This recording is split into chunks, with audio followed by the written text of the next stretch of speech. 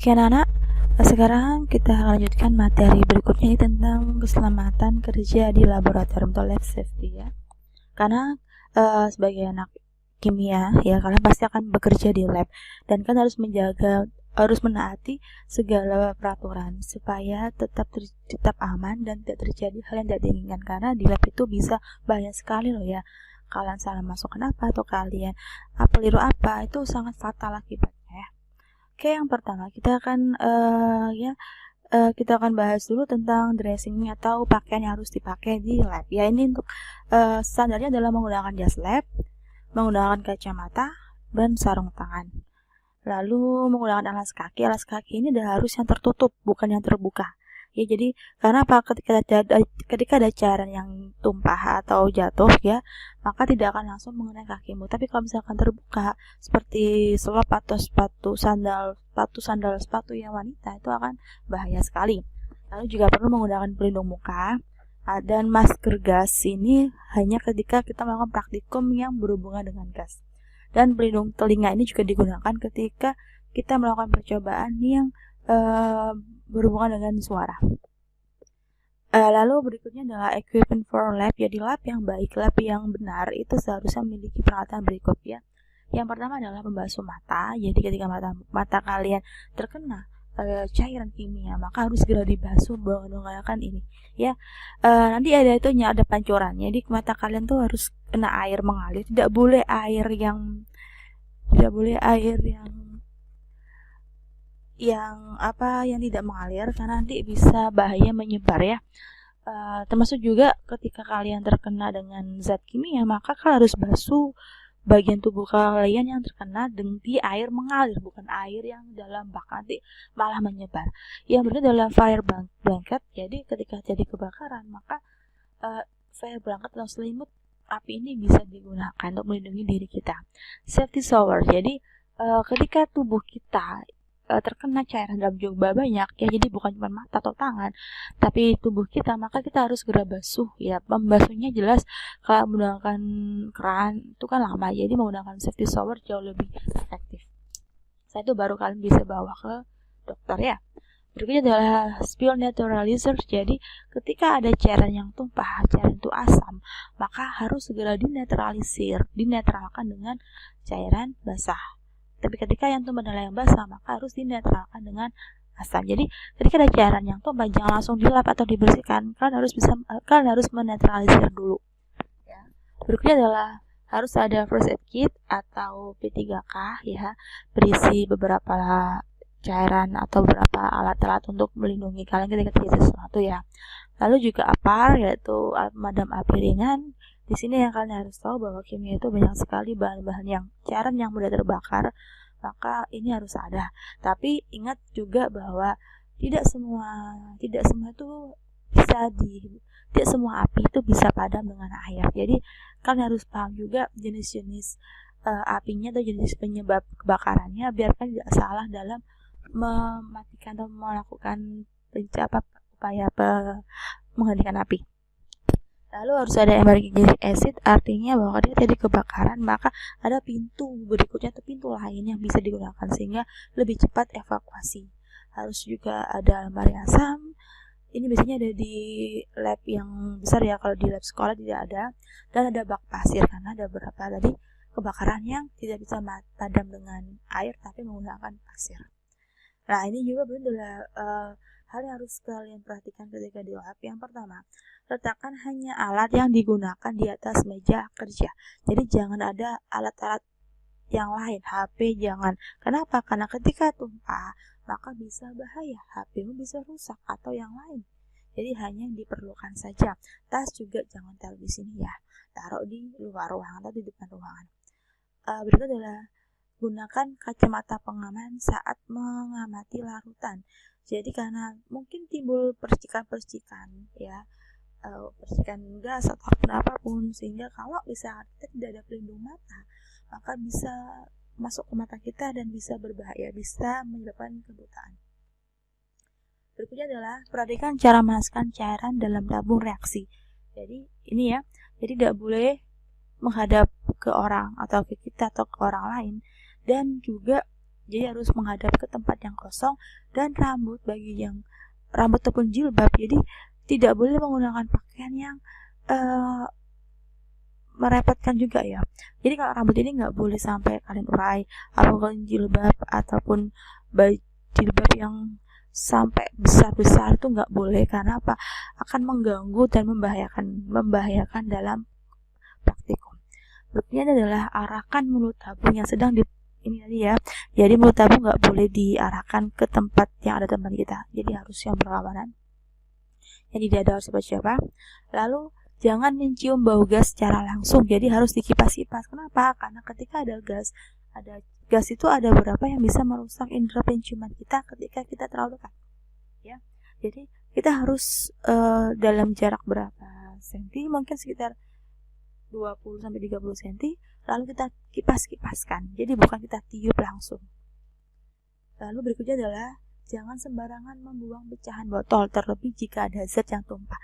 Jadi nggak boleh ya pecah terus kamu nggak bilang gurunya, takut sama saya, ada kamu buang, itu salah.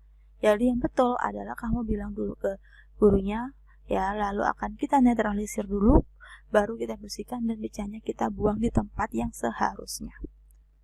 Yang ketujuh, tidak boleh makan atau minum di laboratorium. Kenapa nggak boleh, Bu? Karena namanya minuman di lab, cara di lab kan warnanya sama, bening semua. Nah, jangan sampai ketukar, atau kalian taruh makanan ada serbuk-serbuk zat kimia yang berbahaya seperti sianida atau yang lain, kalian nggak sadar tuh terbang ke makananmu, kalau makan fatal akibatnya. Dan yang terakhir adalah jangan bergurau, dilarang. Seperti dalam gambar ini ada seorang perempuan sedang menuangkan cairan, lalu jika bermain atau jika bergurau maka bisa jadi cairan itu tumpah ke tangan dan itu sangat fatal sekali. Jadi dilarang bergurau, dilarang bermain, dilarang bercanda, dilarang teriak-teriak. Jadi harus tenang bekerja di lab itu.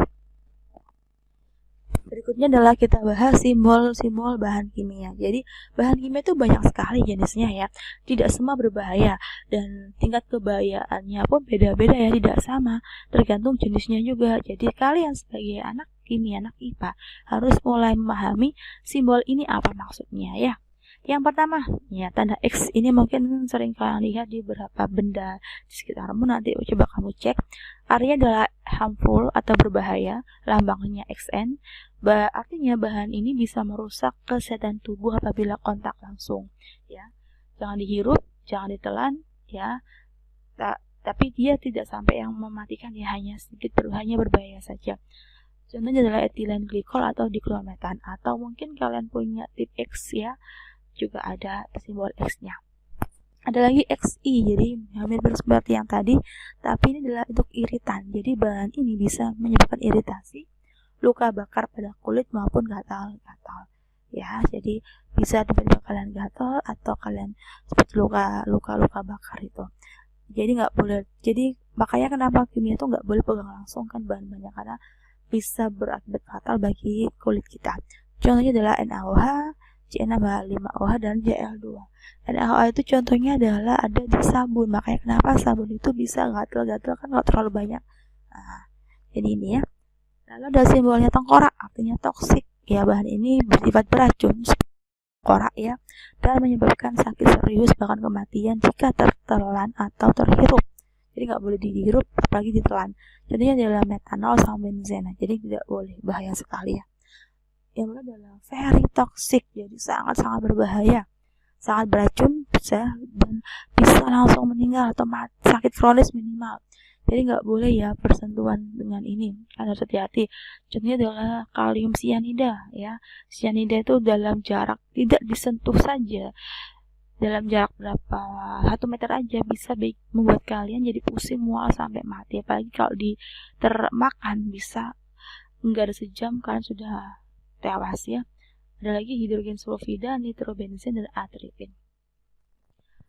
Nama simbol yang ini adalah korosif ya. Jadi seperti di gambar itu, tangan dan besi, potongan besi itu bisa bolong. Maksudnya apa, Bu? Jika terkena ke benda atau tangan kalian, bisa seperti luka bakar atau seperti ya kulit kalian tiba-tiba tuh kayak berlubang. Jadi kayak tiba-tiba sudah berlubang gitu. Jadi muncul luka bakar, lalu adanya bopeng itu kan. Ya, seperti ini. Jadi bisa merusak jaringan hidup, jaringan mati juga, iritasi gatal-gatal. Contohnya adalah HCl, H2SO4, NaOH. Jadi HCl itu air keras ya. Air keras yang pernah ada kasus yang seperti kemarin Bapak Novel Baswedan itu kan juga terkena air keras adalah HCl. Maka dia sampai seperti itu lukanya kan. H2SO4 itu ada bisa di aki juga bahaya kalau yang konsentrasinya tinggi. Lalu ada lagi flammable. Nah, ini kalian temui di mana? Ya, di SPBU kan.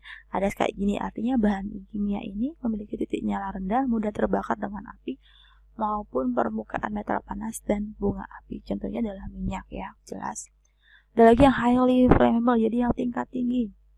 Jadi dia mudah terbakar di bawah kondisi atmosferik biasa. Jadi bahkan di bawah 21 derajat Celcius masih dingin ya, belum panas kan, dia mudah terbakar ya. Maka juga kenapa kalau di bensin itu kan kalian tidak boleh mesin nyala. Kenapa? Karena ada timbul panas dari mesin itu kan juga bisa menimbulkan kebakaran, atau mungkin sinyal dari HP juga bisa berpengaruh. Ini adalah aseton dan logam natrium. Jadi aseton itu yang dipakai untuk membersihkan cat kuku kalian, itu juga bisa mudah terbakar. Logam natrium ini harus disimpan di minyak tanah. Justru kalau kena air malah dia terbakar.